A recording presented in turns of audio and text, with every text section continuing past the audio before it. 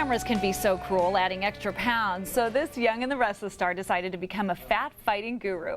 Freeman Michaels is here to tell us how to stop losing pounds and learn how to release added weight. And thank you so much for being here. Thank you for having me. We were chatting a little bit, and we were saying this is definitely not weight loss, it's weight release, because there is a difference. There is a difference. The idea is when someone loses something, they really have to find it or replace it, because the truth when we're talking about weight, or we're really talking about the patterns of behavior around food, is that they've actually served a valuable purpose. For some people, carrying extra pounds can be a way of protecting themselves from, let's say, unwanted attention. For other people, just the eating itself is a way of coping with anxiety or stress or emotions. So when we just want to lose the weight and don't recognize what's underneath the pattern of behavior, then we're going to have to find it or replace it. And that's what most people do. And then the weight ends up coming back in some form or fashion, because that really was your coping skill. That's it was right. the one that was most comforting. That's exactly right. And so it's not going to be a long-term solution. Yeah, and another problem is that people are out of alignment with what their wants and needs are. And I'll sort of explain this. You may want ice cream, but what you might need is comfort. What you might need is encouragement. And so going at it again from the perspective of getting the wants and needs in alignment, where we actually want what is going to be most nourishing for us. See, the idea is what really feeds you. And when we start to orient towards that, we make different choices around what we put in our body and how we move our bodies. When someone doesn't like themselves, the choices they make very rarely are going to be self-honoring. So when you look in the mirror and you don't like yourself, you know, the tendency is to go on some extreme weight loss plan. And there's a problem with that, because it's not sustainable, because it's, again, predicated on the idea that something's wrong with me, versus what we work with is trying to help people create practices that are about meeting needs. That's sustainable. You never had a weight problem, did you? Well, you know, I did. I mean, I've been on both extremes. You mentioned that I used to be on Young and the Restless back in the middle 90s. I have this picture. I don't know if you guys can get a close-up of this. Yeah, the picture kind of scares me. I was very gaunt, and I was probably 175 pounds at that time. And, you know, I was starving myself, and I was under eating, and I was even smoking cigarettes just to try to stay thin.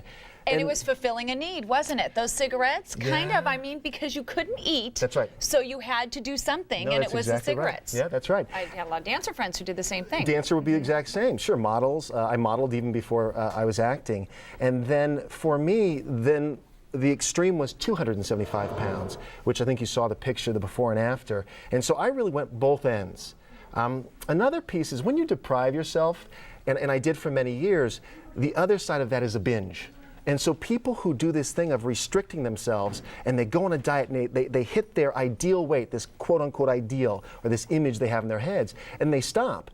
Well, they start feeding themselves again, because that's what's, right. They've deprived themselves for years. And now they're ready. Okay, we have a few tips that we want to share. People kind of get them, wrap their mind around your concept, your idea of attacking this weight release. A safe zone. Yeah, a safe zone is just really being strategic. So we want people to have, going in, we want to plan out a little bit. Where can we go to be in a safe zone, to get needs met? So that's really important. Minimize your bad days. Yikes, some days are really bad. Well, and this is, again, where when we're having a bad day, the behavior is to go to food for comfort. And so we want to interrupt that pattern, and we want to create ways to shift from the negative stuff into something more positive. I often say you often need to just unplug from the negativity and shift it. So we're bringing consciousness in a day so that we don't get involved in those bad days. Brilliant. Okay, talk to your body. Well, relationship with our body. I mean, the truth is we're stuffing food in, and when we're gaining weight, obviously we're putting more food in our body than our body actually needs. So having this dialogue with our body is a way to be in relationship with what we actually need in terms of fuel and nourishment.